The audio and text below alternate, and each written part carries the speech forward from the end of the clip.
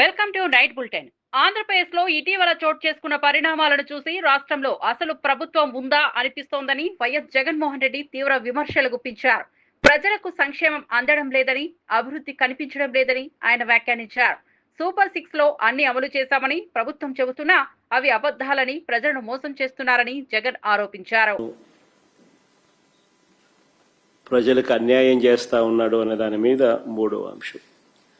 So by and large ఈ మూడు అంశాల మీద ఈరోజు మీ అందరి ద్వారా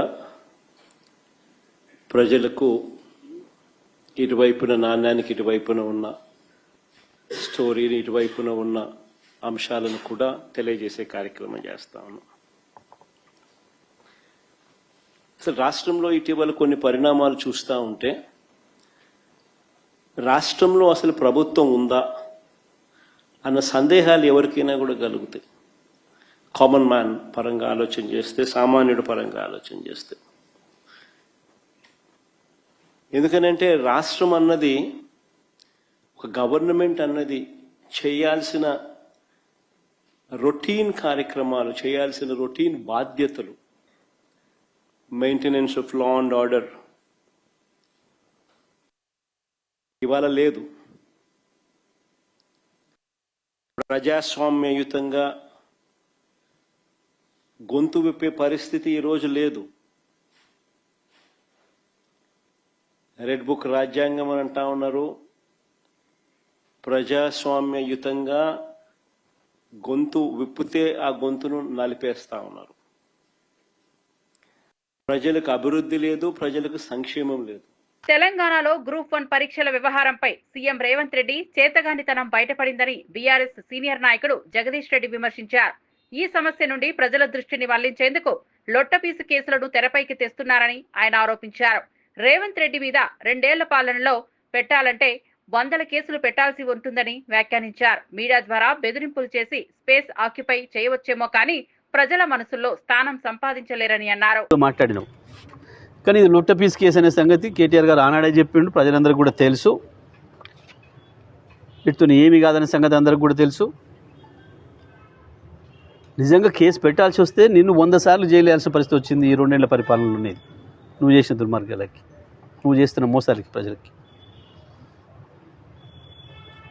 ఇచ్చిన హామీ ఒకటి నెరవేర్చకపోగా ఈ రకంగా నేనేదో మీడియాలో స్పేస్ ఆక్యుపై చేస్తామేమో, తిట్టో భయపెట్టించో లేదా నీ తాబేదారులతోనే కానీ ప్రజల మైండ్లలో స్పేస్ ఆక్యుపై చేయలేవు. రైతులు ఎట్లా శాపనార్థాలు పెడుతురో చూస్తున్నాం, మహిళలు ఎట్లా శాపనార్థాలు పెడుతురో చూస్తున్నాం, యువత ఎంత కోపంగా ఉందో చూస్తున్నాం. నువ్వు నీ చేత చంపబడ్డ విద్యార్థులు 100 మంది పైగా ఇప్పటివరకు నువ్వు పెట్టిన విషాహారం వల్ల చచ్చిపోయిన విద్యార్థులు, వాళ్ళ ఆత్మలు కూడా నీ చుట్టే తిరుగుతుంటాయి.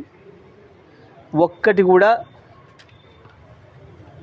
తప్పుకోలేవు నువ్వు చేసే పాపాల నుంచి. ఇవాళ ఏదో గిది దీంతో ఒక పూట గడుపుకుంటా అని అనుకుంటున్నామేమో. ఈ పూట గడుపుకోవడాలు ఆ నిమిషానికి ఎలా తీసుకోవడాలు కాదు. ప్రభుత్వం అంటే ప్రభుత్వం ప్రజలకు జవాబుదారీగా పనిచేయాల్సిన అవసరం ఉంది. హైదరాబాద్ రెహ్మత్ నగర్ లో ప్రజలను ఉద్దేశించి బీఆర్ఎస్ వర్కింగ్ ప్రెసిడెంట్ కేటీఆర్ తీవ్ర విమర్శలు గుప్పించారు. కాంగ్రెస్ పార్టీకి ఓటు వేస్తే పేదల ఇల్లు కూల్చడానికి అవకాశం ఇచ్చినట్లే అవుతుందని అన్నారు.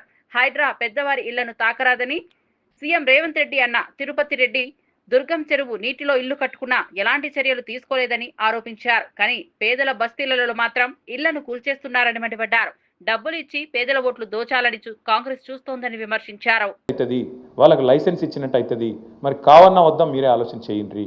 ఇది మీ సమస్యనో నా సమస్యనో కాదు, నగరంలో ఉండే అందరి సమస్య. మీరు చూస్తున్నారు, హైడ్రా అనేది పెద్దవాళ్ళ ఇంటి మీదకి పోదు.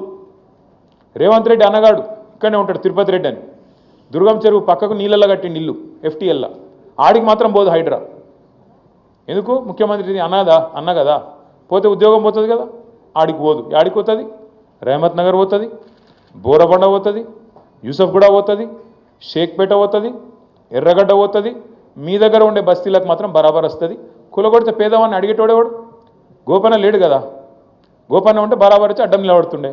గోపన్న లేడు కదా, ఇక అడిగేటోడు ఎవడున్నాడు? మేము చూసుకుంటాం, జూబ్లీస్ దున్నిపారేస్తాం అనే దాంతో పైసలు కొడతాం, అవసరమైతే ఆఖరికి ఓటుకింత కొడితే గరీబ్ గాళ్ళు మాకే అయిపోతే ఎవరికెత్తారు అనే ధైర్యము ఇలా కాంగ్రెస్ వాళ్ళు ఆ ధీమాతో ఉన్నారు. ఆంధ్రప్రదేశ్ లో కూటమి సూపర్ 6 బహిరంగ సభ ఘనంగా ప్రారంభమైంది. ముఖ్యమంత్రి నారా చంద్రబాబు నాయుడు, డిప్యూటీ సీఎం పవన్ కళ్యాణ్, రాష్ట్ర బీజేపీ అధ్యక్షుడు దుగ్గిరాల మాధవ్ గ్రాండ్ ఎంట్రీ ఇస్తూ సభా వేదికపైకి చేరుకున్నారు.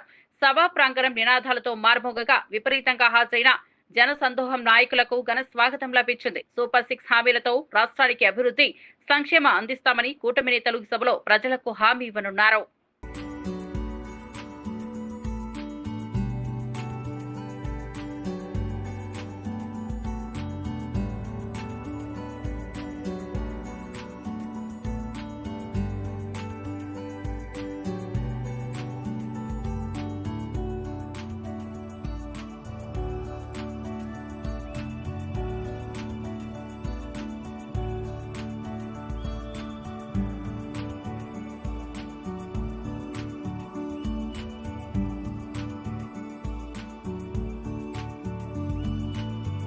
ఆంధ్రప్రదేశ్ డిప్యూటీ ముఖ్యమంత్రి పవన్ కళ్యాణ్ ప్రజలను ఉద్దేశించి కీలక వ్యాఖ్యలు చేశారు. రాష్ట్రంలో ఆర్థిక ఇబ్బందులు ఉన్నా కూడా కూటమి ఇచ్చిన సూపర్ 6 హామీలను అమలు చేస్తున్నామని తెలిపారు. రాయలసీమను రత్నాల సీమగా మార్చేందుకు చిత్తశుద్ధితో కృషి చేస్తున్నామని చెప్పారు. ప్రతి కుటుంబానికి 25 లక్షల రూపాయల ఆరోగ్య బీమా అందిస్తున్నామని, సంక్షేమాన్ని ప్రజల దరిదాపుల్లోకి తీసుకురావడం ప్రభుత్వ ధ్యేయమని పవన్ కళ్యాణ్ స్పష్టం చేశారు. ఈ నేల ఒక పుట్టపర్తి నారాయణాచార్యులు, కవి బళ్ళారి రాఘవ గారు లాంటి నాటకరంగ రచయిత, నటుడు, విధాన్ విశ్వం లాంటి మహానుభావులు, గజ్జల మల్లారెడ్డి గారు లాంటి కవులు, ఇలాంటి వాళ్ళందరూ పుట్టిన నేల. ప్రతి రాయలసీమ కవులు, కళాకారులు అనేది ఋతువులు ఎన్నైనా మా రాళ్లసీమకి ఒకటే ఋతువు, కరువు ఋతువు. కాలాలు ఎన్నైనా మా రాయలసీమకి ఒకటే కాలం, ఎండాకాలం. దాన్ని మనం రూపుమాపే ప్రయత్నం చిత్తశుద్ధితో చేస్తోంది. పరిశ్రమలు, ఉద్యాన పంటలు, సాగునీటి ప్రాజెక్టులు మొదలైనవి చేపట్టి రాయలసీమని రతనాల సీమగా మార్చే దిశలోనే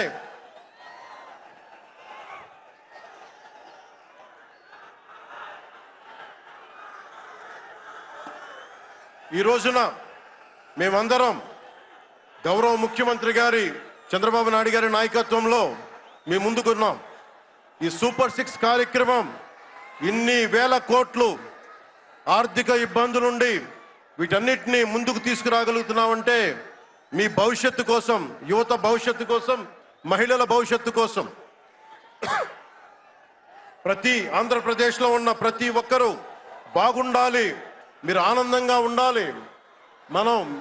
మీరే అన్నారు, ఆ రోజు మేము అడిగాం, రాష్ట్రం బాగుండాలి, యద్భావం తద్భవతి. మీరు ఎలా ఆలోచించారో మేమందరం కలిసికట్టుగా పార్టీలు వేరైనప్పటికీ రాష్ట్ర హితువు, రాష్ట్ర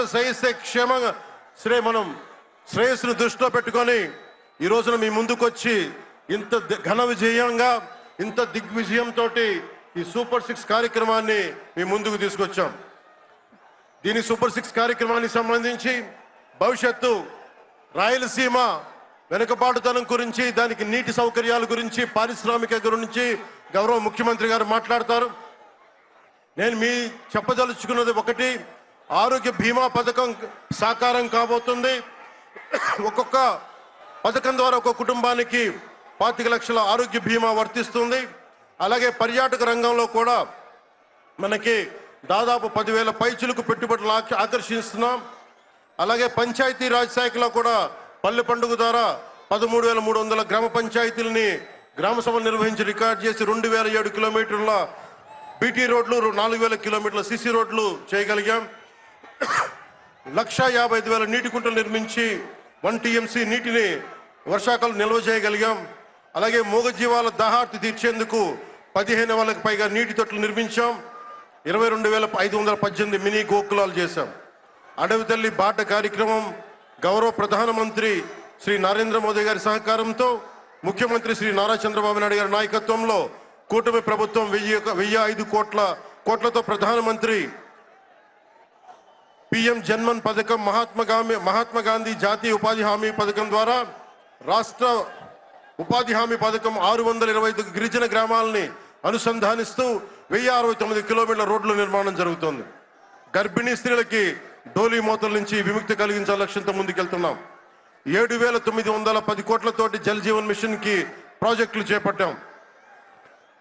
అటవీ విస్తారాన్ని పెంచే లక్ష్యంలో 1 కోటి మొక్కల నాటే కార్యక్రమానికి శ్రీకారం చుట్టాం. కర్ణాటక ప్రభుత్వానికి నుంచి సహకారంతో 4 కుంకి ఏనుగులను తీసుకొచ్చాం.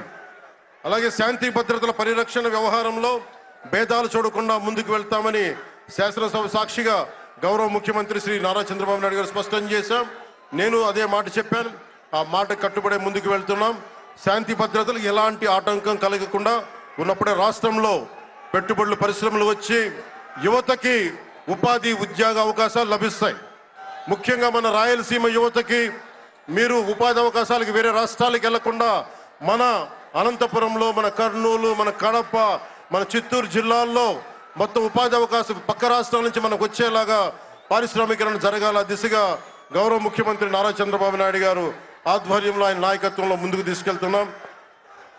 కూటమి ప్రభుత్వం ప్రతి అడుగులోని త్రికరణ శుద్ధితో పనిచేస్తుంది. గౌరవ ప్రధానమంత్రి శ్రీ నరేంద్ర మోదీ గారి వికసిత్ భారత్ విజన్ దిశగా గౌరవ ముఖ్యమంత్రి శ్రీ నారా చంద్రబాబు నాయుడు గారి నాయకత్వంలోని కూటమి ప్రభుత్వం ముందుకు సాగుతూ 2047 నాటికి ఆంధ్రప్రదేశ్ని దేశంలో నెంబర్ 1 రాష్ట్రంగా తీర్చిదిద్దుతామని మీ అందరికీ తెలియజేసుకుంటూ జై భారత్, జై హింద్. ఆంధ్రప్రదేశ్ రాజకీయ వాతావరణం మరోసారి వేడెక్కింది. సీఎం వైఎస్ జగన్ చేసిన వ్యాఖ్యలకు ప్రతిస్పందిస్తూ మంత్రి సవిత తీవ్ర స్థాయిలో విమర్శలు గుప్పించారు. నువ్వు అబద్ధం, నీ పార్టీయే అబద్ధం, నీ బ్రతుకే ఒక అబద్ధం, నువ్వే అబద్ధాల కోరు కాదా అంటూ ఆమె ప్రశ్నించారు. రాష్ట్ర రాజకీయాల్లో నిజాయితీ, పారదర్శకత అనే మాటలు జగన్ కు సరిగా సరిపోవని, ప్రజలను తప్పుదోవ పట్టించే ప్రయత్నం చేస్తున్నారని మంత్రి సవిత మండిపడ్డారు. పథకాలన్నారు జగన్మోహన్ రెడ్డి గారు, నీ బతుకే అబద్ధం, నీ చరిత్రే అబద్ధం, నీ పార్టీనే అబద్ధం, మరి నువ్వు కాదా అబద్ధాలు కోరు అనే విషయం కూడా తెలియజేస్తున్నాం. మాకు సంపూర్ణమైన నమ్మకం ఇచ్చారు. మేము సంపూర్ణంగా ప్రజలు ఏ నమ్మకం అయితే మాకు ఇచ్చారో నరేంద్ర మోడీ గారి ఆశీర్వాదంతో ఈ రోజు రాష్ట్రం పరుగులు పెడుతుందన్న విషయం మీ అందరికీ తెలియజేస్తూ, నాకు ఈ అవకాశం కల్పించిన పెద్దలందరికీ మరొక్కసారి ధన్యవాదాలు తెలియజేసుకుంటూ కూటమి ప్రభుత్వం ఆంధ్రప్రదేశ్ సీఎం నారా చంద్రబాబు నాయుడు సూపర్ 6 పై విమర్శలకు కౌంటర్ ఇచ్చారు. సూపర్ 6 హామీలను హేళన చేసిన వారు, పింఛన్ల పెంపు అసాధ్యమన్నవారు, పిల్లలందరికీ తల్లికి వందనం కార్యక్రమాన్ని ట్రోల్ చేసిన వారు తప్పుపడ్డారని అన్నారు. మెగా డిఎస్సి జరగదన్నారు, దీపం వెలగదన్నారు. మహిళలకు ఉచిత బస్సు సౌకర్యం అమలు చేశామని తెలిపారు. ఈ రోజు మీ అందరికీ హామీ ఇస్తున్నాం.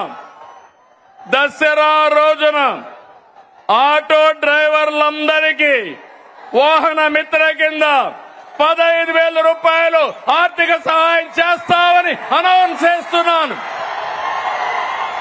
హ్యాపీనా, సంతోషమా అని అడుగుతున్నా. ఎన్నికల్లో చెప్పాం, ఎన్ని కష్టాలున్నా చేస్తాం.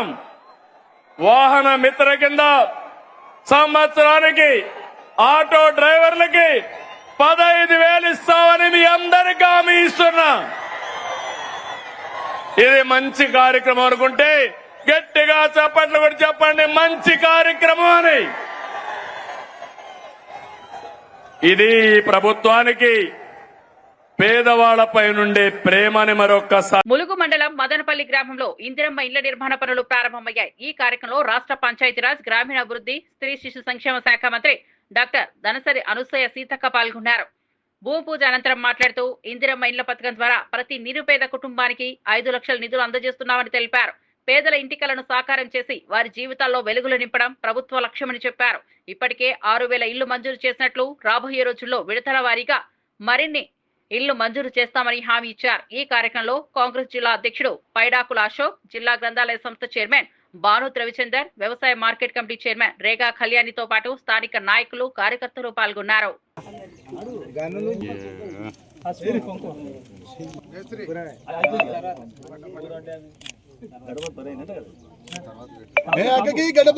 బీజేపీ ఎమ్మెల్యే రాజాసింగ్ సంచలన వ్యాఖ్యలు చేశారు. కిషన్ రెడ్డి రాజీనామా చేస్తే తాను కూడా రాజీనామా చేస్తానని ప్రకటించారు.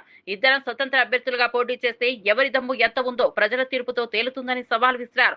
కిషన్ రెడ్డి కారణంగానే రాష్ట్రంలో పార్టీ నాశనమైందని తీవ్ర స్థాయిలో విమర్శించారు. పార్టీ భవిష్యత్తు కోసం తాను వెనకడుగు వేయనని రాజాసింగ్ స్పష్టం చేశారు. ఎవరు ఎక్కడి నుంచి గెలుస్తారో చూసుకుందాం. ఇప్పుడు ఈ మొత్తము దీనికి ప్లానింగ్ మొత్తం మా కిషన్ రెడ్డి గారే నేను అనుకుంటున్నాను. అందుకోసం మా కిషన్ రెడ్డి గారికే అడ్రస్ చేసి చెప్తున్నాను, రామచంద్రరావు గారికి ఫ్రీ హ్యాండ్ ఇవ్వండి, ప్రతి ఒక్క పార్లమెంట్ సభ్యుడికి ఫ్రీ హ్యాండ్ ఇవ్వండి, ప్రతి ఒక్క ఎమ్మెల్యేకి ఫ్రీ హ్యాండ్ ఇవ్వండి. పార్టీ డెవలప్ చేసుకుంటారు. ఇంకా ఎన్ని సంవత్సరాలు వెనక నుంచి గుంజే కార్యక్రమం చేస్తారు. చాలాసారి ప్రతి ఒక్క వేదిక పైన ప్రతి ఒక్క మీటింగ్లో నేను గతంలో అమిత్ షా సార్ కూడా డైరెక్ట్ చెప్పిన, నల్గొండలో, సార్ వీళ్ళు ఇట్లా వేలు చూపెట్టి చెప్పిన, సార్ వీళ్ళు గ్రూపిజం వల్ల పార్టీ సర్వనాశనం అవుతుంది సార్, ఫస్ట్ వీళ్ళు గ్రూపిజంని ఖతం చేయండి, అప్పుడే మనం గవర్నమెంట్లో వస్తామే, డైరెక్ట్ ఫేస్ టు ఫేస్ చెప్పే దమ్ముంది, చెప్పినాం కూడా.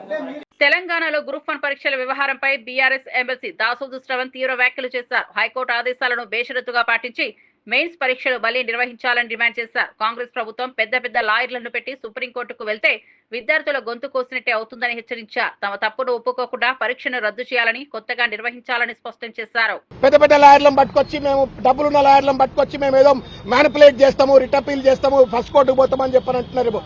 ఏ కోర్టుకు పోయినా నిర్దాక్షిణ్యంగా మీరు నిరుద్యోగుల గొంతు కోసినట్టే.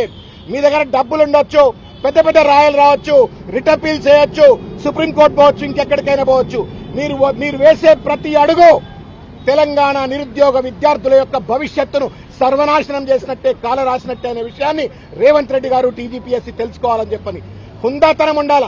చేసిన తప్పును కోర్టు ఇంత స్పష్టంగా చెప్పిన తర్వాత హుందాతనంతో తప్పును ఒప్పుకొని ఆ పరీక్షను పూర్తిగా రద్దు చేస్తే మీకు కూడా మానవత్వం ఉంది, విఘ్నత ఉంది అని చెప్పని ప్రజలు అనుకుంటారు. కాబట్టి ఈ యొక్క పరీక్షను రిటపీల్ అని చెప్పని హైకోర్టు ఆర్డర్కు వ్యతిరేకంగా పోకుండా వెంటనే రద్దు చేయాలని చెప్పని, అదేవిధంగా ఇన్ని తప్పులు ఎట్లా జరుగుతాయి?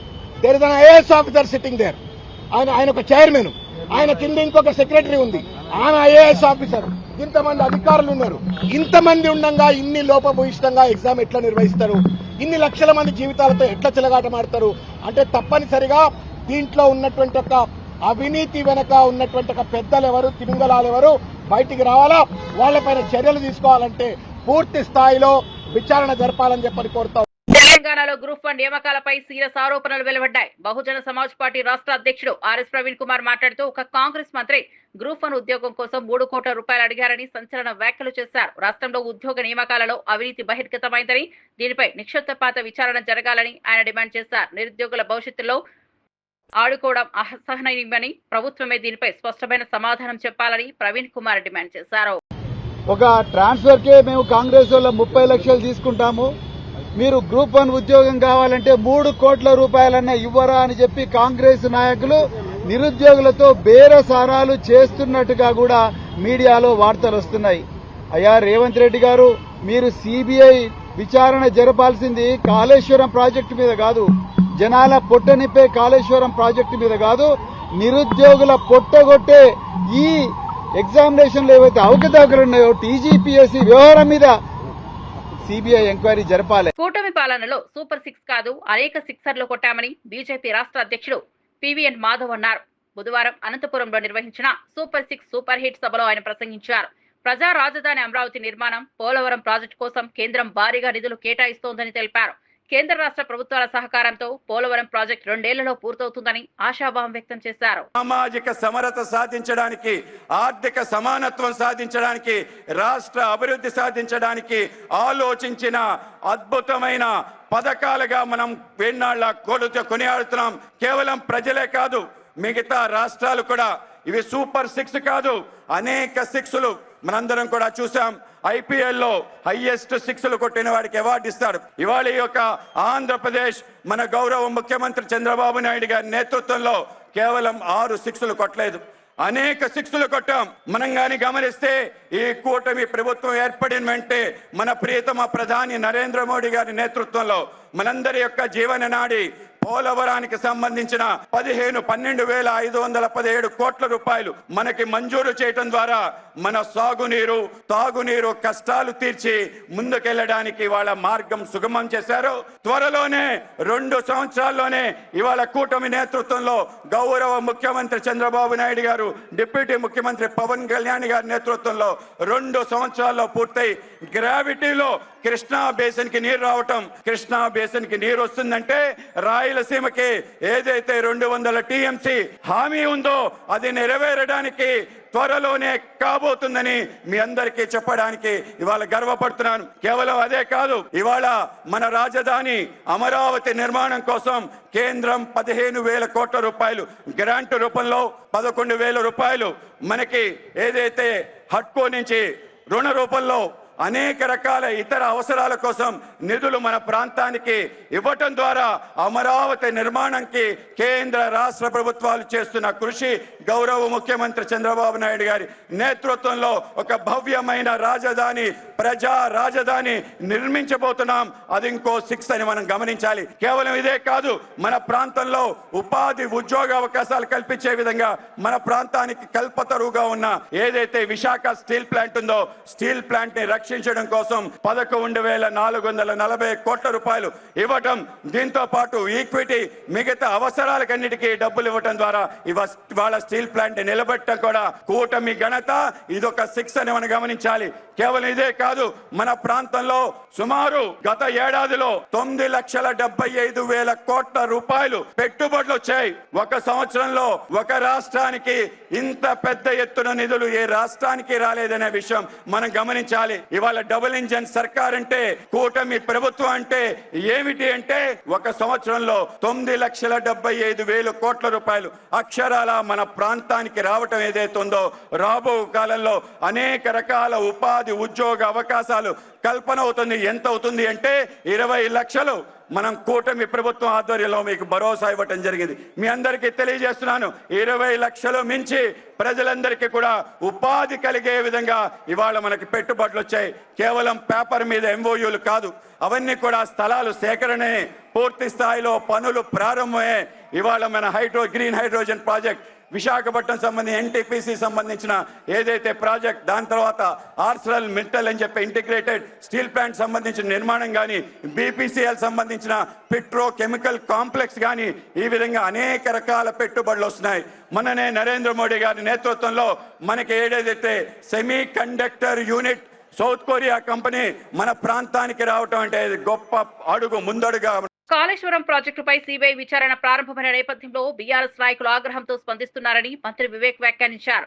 కమిషన్ల కోసం కేసీఆర్ ఫామ్ హౌస్ కు నీళ్ల కోసం మాత్రమే కాళేశ్వరం కట్టారని విమర్శించారు. ఈ ప్రాజెక్ట్ నిర్మాణంలో భారీగా అవినీతి జరిగిందని కేటీఆర్ సోదరి కవిత స్వయంగా ఒప్పుకున్నారని వివేక్ తెలిపారు. బహిరంగ వేదికలపై చెప్పిన మాటలను ప్రజలు మర్చిపోలేరని గుర్తు చేశారు. 1,000 కోట్లు ఖర్చు చేసిన కాళేశ్వరం ద్వారా ఒక్క బొట్టు నీళ్లు కూడా ఉపయోగం లేని పరిస్థితి ఏర్పడిందని ఆయన ఎద్దేవా చేశారు. ఎందుకు భయపడుతున్నారు, ఎందుకు ఫ్రస్ట్రేషన్ లో ఉన్నారు? ప్రజలు మీకు ఇంట్లో కూర్చోమని తీర్మానం ఇచ్చింది, ఇంట్లో కూర్చోండి అని. ఇప్పుడు కాళేశ్వరం ప్రాజెక్టు మీ హయాంలో కట్టిండ్రు, మీ హయాంలో కమిషన్లు అన్ని దోచుకున్నారు. అందరు కూడా సెంట్రల్ వాటర్ కమిషన్ కూడా అన్నది, అరే మీరు నీళ్లు తుమ్మిడి అట్టలా లేకుంటే కాళేశ్వరంలో ఎట్లా ఉంటాయి నీళ్లు? నిజంగా అర్థం కాని సమస్యలు వారు మాట్లాడుతున్నారు. నేను మొన్న కూడా మేము రేవంత్ రెడ్డి గారు ఏదైతే ప్రాణహిత చెవెల స్కీమ్ లో డ్రింకింగ్ వాటర్ సప్లై సిటీ కోసము 20 టీఎంసీ నీళ్లు ఆ రోజుల్లోనే కేటాయించడం జరిగింది. 11,000 కోట్ల రూపాయలు ఖర్చు పెట్టింది కూడా, ఇంకా 24,000 కోట్లు ఖర్చు పెడితే ఈ ప్రాజెక్ట్స్ అన్ని కూడా పూర్తిగా అయ్యేది. కానీ కేవలం కమిషన్లు దోచుకోనికే కాళేశ్వరం ప్రాజెక్ట్ పెట్టడం జరిగింది. ఇప్పుడు మాక్సిమం 20 టీఎంసీ నీళ్ళే మనకు సిటీకి అవసరం, ఇంకా పంపింగ్ అవసరం. దానికి పోయి మల్లన్న సాగర్ లో 50 టీఎంసీ రిజర్వాయర్ కట్టింది. ప్రపంచంలోనే చాలా తక్కువ చోట్ల ఇంత పెద్ద రిజర్వాయర్ కట్టడం. కేవలం కేసీఆర్ ఫామ్ హౌస్ కి గుండెపోచమ్మకు నీళ్లు తీసుకుపోవడానికి ఈ ప్రాజెక్ట్ లో ఇష్టం వచ్చినట్టు అవినీతి జరిగింది. ఏదైతే రాష్ట్ర ప్రభుత్వము రేవంత్ రెడ్డి గారు నిర్ణయం తీసుకున్నారో ఒక సిబిఐ ఎంక్వైరీ పెట్టాలి, దీనిలో ఏదైతే అవకతవకలు అయినాయో ఇవన్నీ కూడా బయటపెట్టేది అవసరం ఉన్నది. వాళ్ళు భయపడేది అవసరం లేదు ఏం చేయకుంటే. కానీ అందరికి తెలుసు, లక్షలాది కోట్ల రూపాయలు కల్వకుంట్ల కుటుంబం సంపాదించిందని వాళ్ళ సొంత చెల్లెలే చెప్తున్నది. చెల్లెలే చెప్పినప్పుడు వారు గవర్నమెంట్ లో ఉండే, ప్రభుత్వంలో ఉండే వాళ్ళు ఎంత. ఇవి బులెటిన్ అప్డేట్స్. మరో బులెటిన్ లో మళ్ళీ కలుద్దాం.